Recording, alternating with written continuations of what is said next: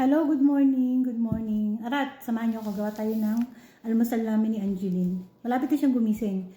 So, tapos na ako kay Lolo, napakain ko na siya. Napaliguan ko na, napalitan ko na ng damit, nalinis ko na higaan niya. Nakasalang na rin ang kanyang mga maruming damit sa washing, nalinis ko ng CR. So, all in, nakahiga na siya, log 2 na ang Lolo. Magdamag siyang di natulog. So, I will make breakfast good for 2. For me and for Angeline people. So, I have here for samuli. 4 na tinapay. Ganun. Lalagyan ko siya ng palaman. Ganun. I will put some palaman here inside. Yes. For samuli because I'm too much hungry. Ganun.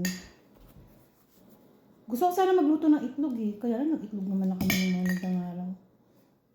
Uy, sukarpan. Put here. So, I will put some here inside.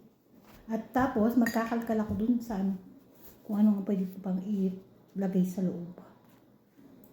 Samahan natin Yeah.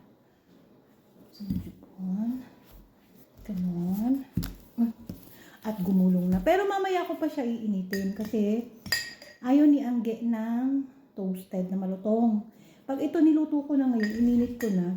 So later, after 5 minutes or 10 minutes, it will be crunchy. You know, malutong. It become malutong na. And ayaw ni Angge na malutong. Ganon. So yun na napalamanan ko na. Tinago ko muna para sa amin. At nag-message nga po ang anak ni Apo ni Lolo, anak ni Madam. Maria will make 3 sandwich for me. So, di ko pa nabasa yung buong message niya. Bakit hindi napakinggan? Kung gusto niya nung kagaya ng ginawa namin ng isang araw na merong itlog pa. Mapakahilig sa tinapay nung batang yun. Yung anak ni Madam. Bibigay ko sa kanya yung lumang tinapay. Ano siya sinuswerte? Puro bago kanya luma sa amin. Siyempre, pair naman. Initin naman to eh. Iinitin naman po yan. So, sabi niya 3 na samuli. Kulang naman ang aming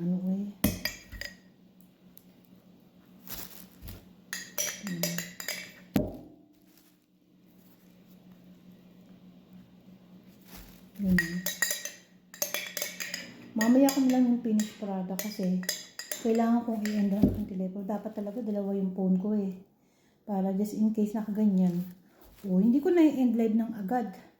Kailangan kong i-end live kasi i-check ko pa kung ano ba ang gusto niyang palaman. Kasama nito. Kung may itlog ba, or jubon lang, or tuna, or what. 3 daw ang kanya.